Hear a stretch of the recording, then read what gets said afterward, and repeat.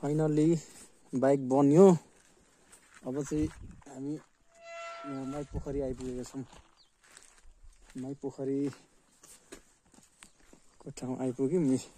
My पोखरी भन्ने चाहिँ एउटा यहाँ अरू बेला कुनै बेला आउँला होइन अन्दाजु।